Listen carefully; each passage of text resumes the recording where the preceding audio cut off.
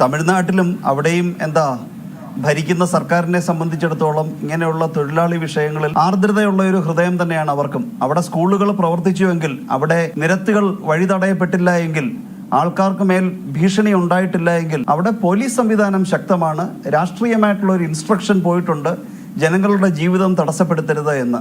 അവിടെ തടസ്സപ്പെടുത്താൻ ശ്രമിച്ചു കഴിഞ്ഞാൽ നിയമപരമായ ഇടപെടൽ ഉണ്ടാകുമെന്ന് അവർക്ക് ബോധ്യമുണ്ട്. ഇത് തന്നെയാണ് ബാക്കി സംസ്ഥാനങ്ങളിലും സംഭവിച്ചിട്ടുള്ളത്. കേരളത്തിൽ സംഭവിച്ചിരിക്കുന്നത് ഭരണകൂടത്തിന്റെ, ഭരണവൃന്ദത്തിന്റെ എല്ലാവിധ പരിലാളനകളോടുകൂടിയും പോലീസ് സംവിധാനത്തിന്റെ കണ്ണ് കെട്ടി വെച്ചിരിക്കുകയാണ്. പോലീസുകാർക്ക് ശക്തമായിട്ട് ലോ എൻഫോഴ്സ്മെന്റ് ഇവിടെ അതിൽ ഇടപെടാൻ കഴിയില്ല. കാരണം പോലീസ് മേലാളന്മാരെ സംബന്ധിച്ചിടത്തോളം അവർ പൊളിറ്റിക്കൽ മാസ്റ്റേഴ്സിന്റെ മുൻപിൽ അവർക്ക് തലകുനിച്ച് നിൽക്കേണ്ടതായിട്ട് വരും.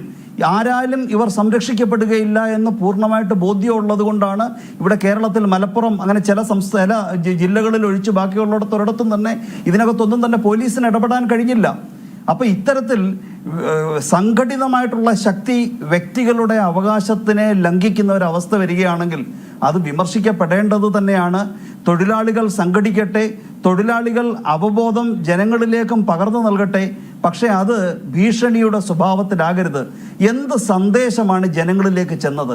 ഇന്ന് ഏഷ്യാനെറ്റിന്റെ ചർച്ച നടന്നതുകൊണ്ടും മറ്റ് ന്യൂസ് ചാനലുകൾ ഈ വിഷയം എടുത്തിട്ടുണ്ടെങ്കിൽ അവിടെ സർഗാത്മകമായ ഒരു ചർച്ച നടന്നിട്ടുണ്ടെങ്കിലും എന്തുകൊണ്ട് ഈ ലേബർ കോഡ് എതിർക്കപ്പെടേണ്ടതാണ് എന്ന് ജനങ്ങൾക്ക് മനസ്സിലായി. പക്ഷേ ഇത്തരത്തിൽ വഴി തടയപ്പെട്ടതുകൊണ്ട്, റോഡിലിറങ്ങിയ ആൾക്കാർ ഭീഷണിക്ക് ആക്കപ്പെട്ടതുകൊണ്ട്, വെളിയിലിറങ്ങാൻ പേടിച്ച് തല്ല് കിട്ടുമെന്ന പൂർണ്ണമായ ബോധ്യത്തോടുകൂടി വീടിനകത്ത് കതകടച്ചിരിക്കാൻ നിർബന്ധിതരാക്കപ്പെട്ട ആയിരക്കണക്കിന് ലക്ഷക്കണക്കിന് ആൾക്കാർ കേരളത്തിലുണ്ടെങ്കിൽ അവരൊന്നും തന്നെ ഈ ഇന്നത്തെ ഈ പണിമുടക്ക് അല്ലെങ്കിൽ ബന്ദ് എന്തുകൊണ്ട് നടത്തപ്പെട്ടു എന്നതിനെക്കുറിച്ച് മീനിങ് ഫുള്ളായിട്ട് അവർക്ക് ആർക്കും അറിയാൻ കഴിഞ്ഞിട്ടില്ല. ഈ ഒരു mode of expression of protest അതാണ് ഇവിടെ എതിർക്കപ്പെടേണ്ടത്. ബഹുമാനപ്പെട്ട ഹൈക്കോടതി ഇടപെട്ടിട്ടുണ്ടോ എന്ന് എനിക്കറിയില്ല, നാളെ ഇടപെടുമോ എന്നോ എനിക്കറിയില്ല.